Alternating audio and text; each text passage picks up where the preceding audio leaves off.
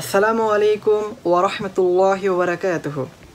আশা করি আল্লাহর রহমতে আপনারা সবাই অনেক ভালো আছেন। আবারও সামান্য কিছু আলোচনা নিয়ে আপনাদের সামনে উপস্থিত হয়েছে। সকলে আলোচনা শেষ পর্যন্ত শুনবেন। মানুষ মনে করে আমি আল্লাহকে রব হিসেবে মেনে নিয়েছি মানে আমি মুসলমান। মানুষ এটাও মনে করে যে মুসলমান ঘরে জন্মগ্রহণ করেছি মানে আমি একদিন না একদিন জান্নাতে যাবই। ইবাদত করি না করি ওটা পরের বিষয়। মুসলিম হয়ে জন্মগ্রহণ করেছি মানে আল্লাহ আমাকে জাহান্নামে কখনোই দেবেন না। এ ধরনের চিন্তাধারা অনেকের রয়েছে। আসলে আজকের আলোচনা আমাদের এই বিষয় নিয়ে তাদের চিন্তাধারা কতটুকু সঠিক, তারা কি সঠিক চিন্তাধারা পোষণ করে, আমরা এই বিষয়ে আলোচনা শুনব আজকে।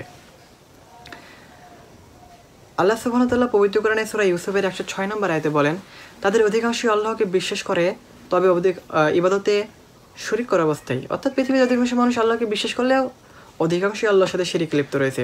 যেমনিভাবে আল্লাহ তাআলা এই আয়াতে মক্কার কুরাইশদের কথা বলেছেন এবং পৃথিবীর অধিকাংশ মানুষের কথা বলেছেন যে অধিকাংশ মানুষ আল্লাহকে বিশ্বাস করলেও তারা ইবাদতে শরীক করে।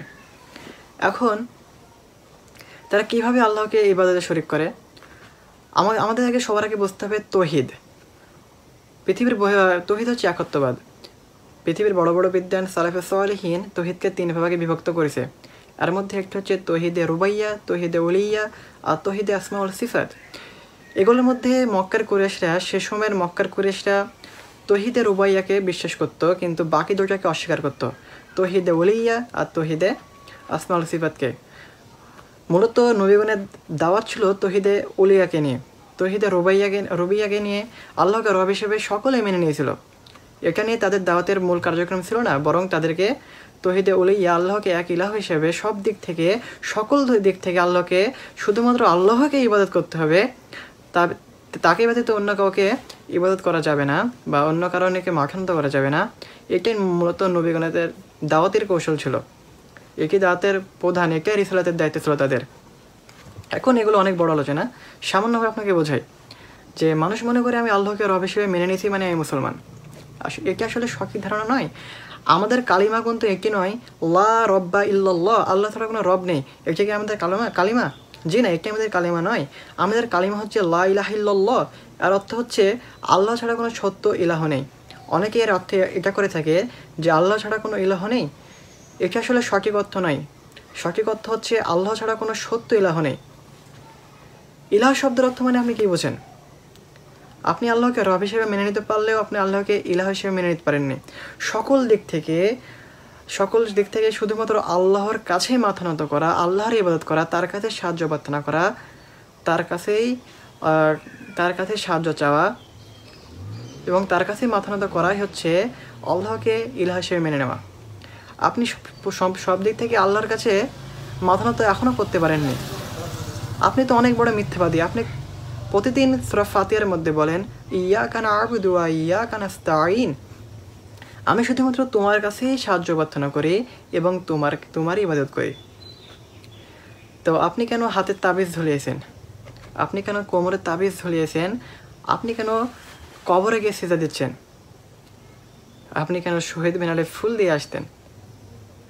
আপনি কেন মৃত মানুষের কবরের সামনে গিয়ে সিজদা দিচ্ছেন? আপনি কেন মৃত মানুষের কাছে গিয়ে চাচ্ছেন? আপনি নাকি আল্লাহর কাছে আল্লাহর ইবাদত করেন এবং আল্লাহর কাছে সাহায্য প্রার্থনা করেন? আপনি তো অনেক বড় মিথ্যাবাদী। তাহলে আপনি এগুলো কেন ঝুলিয়েছেন? এই তাবিজ আপনার কী উপকার করতে পারবে? তাবিজ কি আপনার উপকার করতে পারবে? আপনি যে বললেন আল্লাহ আমি তোমার কাছে সাহায্য প্রার্থনা করি, তাহলে তাবিজ কেন ঝুলিয়েছেন? আপনি তো অনেক বড় মিথ্যাবাদী। এই মিথ্যা আপনাকে জাহান্নামের দিকে নিয়ে যাবে। আপনি শিরিক করছেন আল্লাহর সাথে।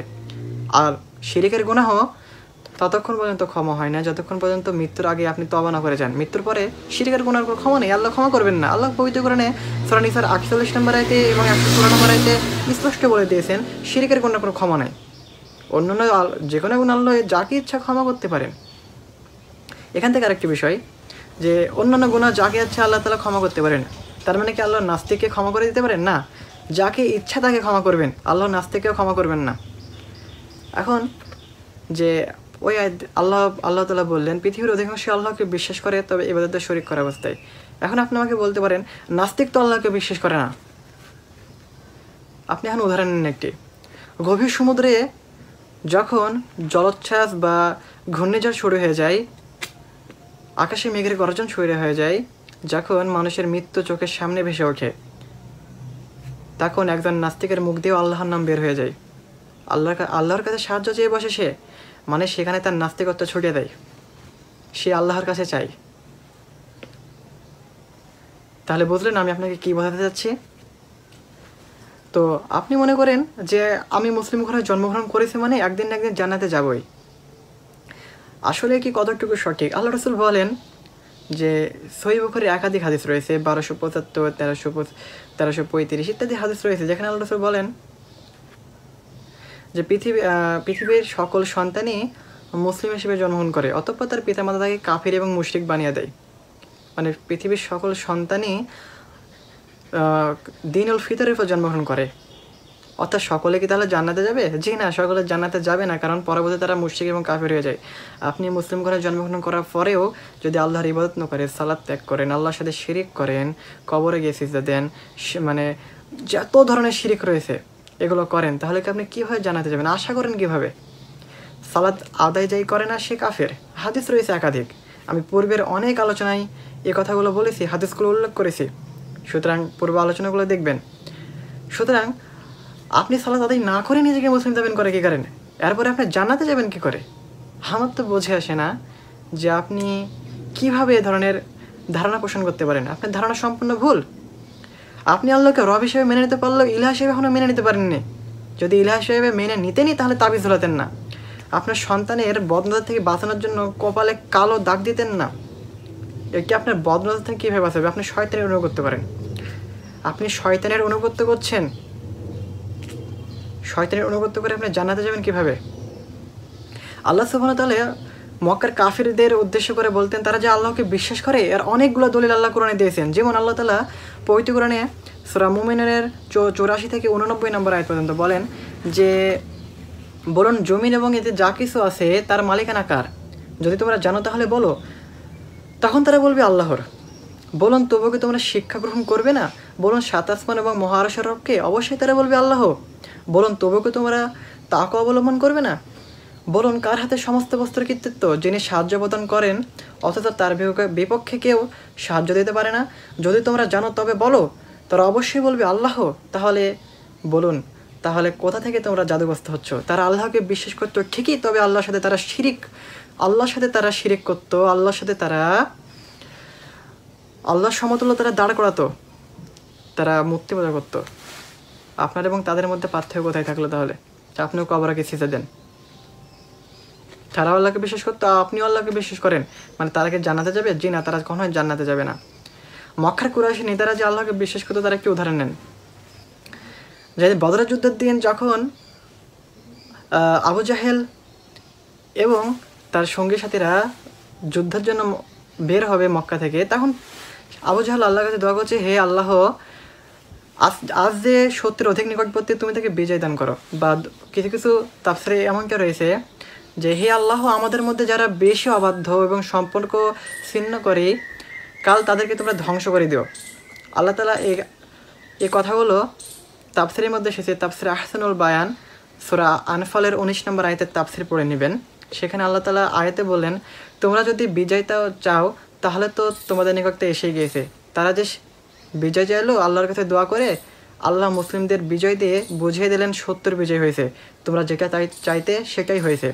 এখানে আল্লাহ, তারা মনে করতো মুসলিমরা অবাধ্য, সম্পর্ক ছিন্নকারী, সুতরাং তারা ধ্বংস হবে, কিন্তু বরং তারাই ধ্বংস হয়ে গেল। তারা দোয়া করলো সত্যের অধিক নিকটবর্তী। এখান থেকে আপনাকে বোঝাতে চাচ্ছি যে মক্কার কাফের নেতারা আল্লাহকে বিশ্বাস করতো, তবে কি তারা কি জান্নাতে যাবে? জি না, তারা জান্নাতে যাবে না। আল্লাহকে রব হিসেবে মেনে নিলে তারা আল্লাহকে ইলাহ হিসেবে মেনে নিতে পারেনি। তারা তৌহিদে রুবাইয়াকে মেনে নিলেও তৌহিদে উলিয়া এবং তৌহিদে আসমাউল সিফাতকে মেনে নিতে পারেনি। এই কারণে তারা জাহান্নামে যাবে।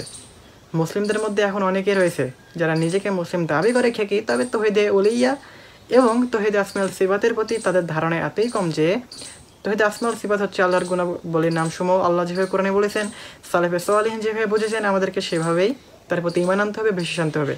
আর তৌহিদে উলিয়াতে আপনাকে বোঝালাম। এ বিষয়ে আরও আলোচনা হবে অন্যান্য ভিডিওতে।